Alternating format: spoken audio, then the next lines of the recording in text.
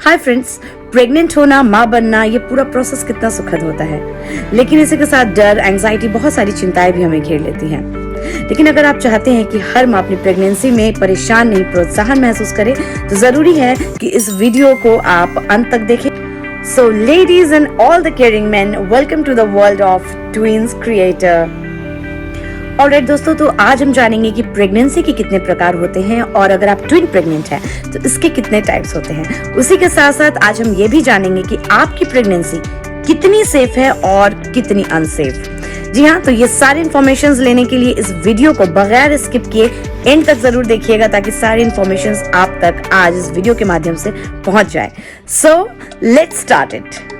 बहुत बहुत कॉन्ग्रेचुलेशन, शुभकामनाएं जो भी महिलाएं अभी प्रेग्नेंट हैं, चाहे वो सिंगलटन प्रेगनेंसी हो या फिर ट्विन। अगर आप सिंगल बेबी के साथ प्रेग्नेंट हैं तो यकीन मानिए आप बहुत सेफ साइड में हैं, क्योंकि आपके घर में भी ऐसे बहुत सारे एक्सपीरियंस्ड लोग होंगे जो आपकी मुश्किल वक्त में आपकी मदद करते होंगे। लेकिन जो लोग ट्विन प्रेग्नेंट हैं या फिर वो अपने परिवार में पहली बार ट्विन प्रेग्नेंट हैं, उन्हें कोई भी एक्सपीरियंस साझा करने वाला नहीं मिलता है और तब बहुत सारी प्रॉब्लम्स आती हैं। हमें कहीं ना कहीं हिम्मत की ज़रूरत पड़ती है और वो नहीं मिल पाती है। बहुत सारी राय मशवरे की ज़रूरत पड़ती है, वो भी नहीं मिल पाती है। और ऐसे भी माना जाता है कि सिंगलटन प्रेगनेंसी से ट्विन प्रेगनेंसी हमेशा ज़्यादा डिफिकल्ट होती है, ज़्यादा कॉम्प्लिकेशंस होते हैं। तो ना आप इस ग्राफ से देखिए और समझिए कितने तरह के ट्विन्स है। पहला है मोनोकोरियोनिक, मोनो एमनियोटिक, जिसमें कि प्लासेंटा, वॉल, एमनियोटिक सैक सब एक ही है, यानी दोनों बच्चे एक ही सारी चीजें यूज कर रहे हैं। और उसके बाद मोनोकोरियोनिक डाई एमनियोटिक है, जिसमें कि एमनियोटिक सैक सिर्फ अलग है। और उसके बाद डाइकोरियोनिक डाई एमनियोटिक, इसका मतलब है कि amniotic sac, amniotic water, wall, placenta सब कुछ अलग, यानी दो बच्चे अलग अलग चीजें यूज कर रहे हैं। अब मैं बताती हूँ सबसे सेफ और सबसे unsafe. Monochorionic mono amniotic, dichorionic die amniotic with fuse placenta, ये दोनों अनसेफ में माने जाते हैं। और अगर सबसे सेफ की बात करूं तो dichorionic die amniotic with separate placenta वाले बच्चों को, यानी ट्विंस को, हम सबसे ज्यादा सेफ मानकर चलेंगे।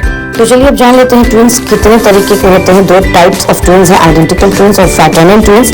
आइडेंटिकल जिन्हें हम देखते ही पहचान जाते हैं कि ये ट्विंस हैं, क्योंकि इनकी शक्लें बिल्कुल सेम होती हैं और जेंडर भी सेम होते हैं। लेकिन फ्रैटर्नल ट्विंस जिन्हें हम देख कर नहीं पहचान पाते कि ये ट्विंस बच्चे हैं, क्योंकि ये देखने में बिल्कुल अलग होते हैं और कई बार इनके जेंडर्स भी अलग होते हैं। मेरे ट्विंस भी फ्रैटर्नल ट्विंस है, डाइकोरियोनिक डाई एमनियोटिक बच्चे हैं। आप देख पा रहे हैं बिल्कुल अलग शक्लों वाले मेरे ट्विंस। तो ट्विन प्रेगनेंसी के बारे में मैं बात कर रही थी, तो मैं पर्सनल एक्सपीरियंस आपसे शेयर करना चाहूंगी कि पर्सनली मुझे ब्लीडिंग हुई थी। पर्सनली मैं अपने बारे में बात करूँ तो मेरा एक बेबी जो है, मेरी एक जो बेबी है वो बहुत ज़्यादा घूमती थी और दूसरी बहुत कम घूमती थी, मतलब उसमें बहुत कम हलचल होती थी, और एक बहुत कम ही रुकती थी, वो पूरे दिन चलती रहती थी पेट में। वैसे ही मूवमेंट की बात मैंने करी, वोमिटिंग मुझे बहुत ज़्यादा होती थी। अगर मैं 5 मिनट भी लेट खाना खाऊँ तो मुझे कंटिन्यू फिर वोमिटिंग शुरू हो जाती थी। इस वजह से मेरा वजन नहीं बढ़ रहा था। डॉक्टर्स कहते थे आप डबल खाओ, डबल दूध पियो, बट मुझसे कुछ भी नहीं हो पा रहा था। और इसी के साथ एक बहुत डराने वाली वाक्य मेरे साथ हो गई कि 4 नवंबर की रात को, और उस दिन मेरा बर्थडे भी था, और उसी रात को मुझे डेंगू हो गया।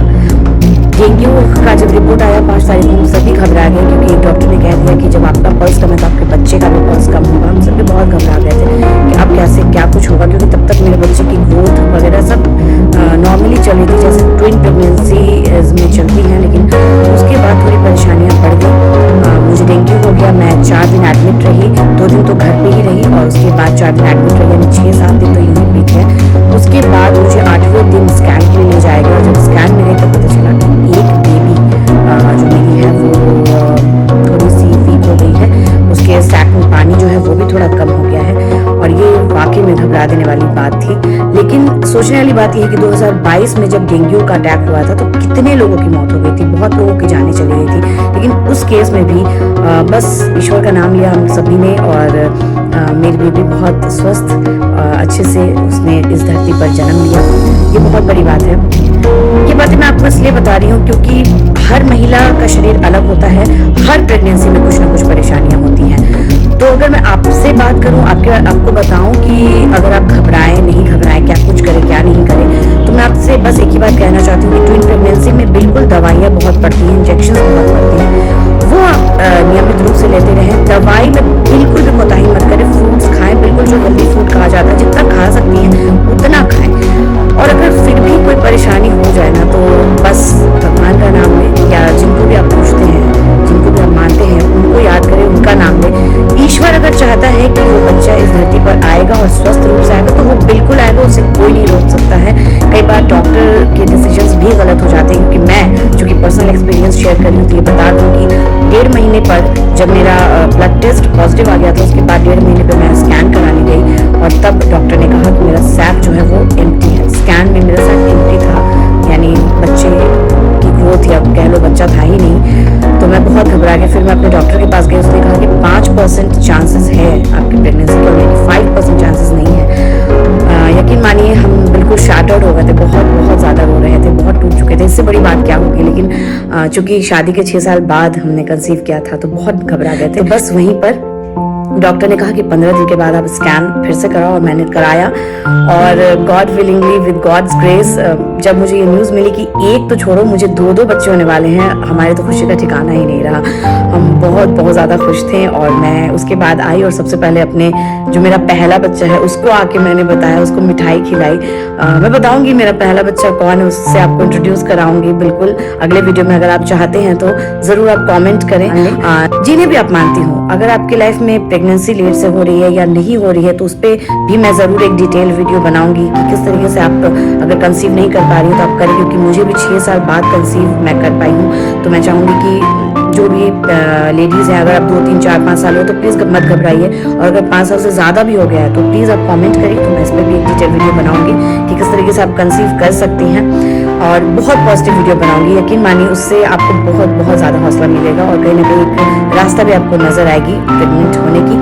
लेकिन जैसा मैं कह रही थी कि एक टिप अगर मेरी आप माने, अगर प्रेगनेंसी में किसी तरीके की दिक्कत आ रही है, आप चाहती हैं कि कोई दिक्कत ना आए, तो बस कुछ नहीं करना है, डॉक्टर की सलाह तो बिल्कुल माननी है। जो दवाइयाँ बोलते हैं, जिस तरीके से वो इंस्ट्रक्ट करते हैं वैसे रहना। अगर बेड रेस्ट बोलते हैं तो फुल्ली बेड रेस्ट करना है, जो बोले वो करिए। लेकिन फिर भी अगर परेशानी आती है तो बस ये जान लीजिए कि अगर अब भी परेशानी आ रही है तो ये परेशानी उन्होंने ही दिया है, बिल्कुल भगवान ने ही, ऊपर वाले ने ही दिया है। तो वही इसका रास्ता भी निकालेंगे। उन्हें याद करिए, तहे दिल से याद करिए, उनको शुक्रिया करिए, उनसे प्रार्थना करिए, और फिर आप देखिए कि सब कुछ अपने आप अच्छा होने लगेगा। पॉजिटिव रहिएगा, बस अपने आप सब कुछ पॉजिटिव होना शुरू हो जाएगा। ये बहुत ज़रूरी है। प्रेगनेंसी से रिलेटेड कोई परेशानी आपको हो, या प्लीज़ मुझसे शेयर करें। अगर वो मैंने भी झेला होगा तो मैं ज़रूर आपको अपने पर्सनल एक्सपीरियंस से बताऊंगी कि क्या कुछ आप करें, क्या ना करें। तो प्लीज़ आप अपने कमेंट्स मुझे करें, किस तरीके से आप स्वस्थ रहें, और बस इसी तरीके से भगवान को याद करती रहें। ज़रूर एक दिन आपके भी गोद में एक बच्चा होगा, 1 या 2, 3, 4 हो सकते हैं, और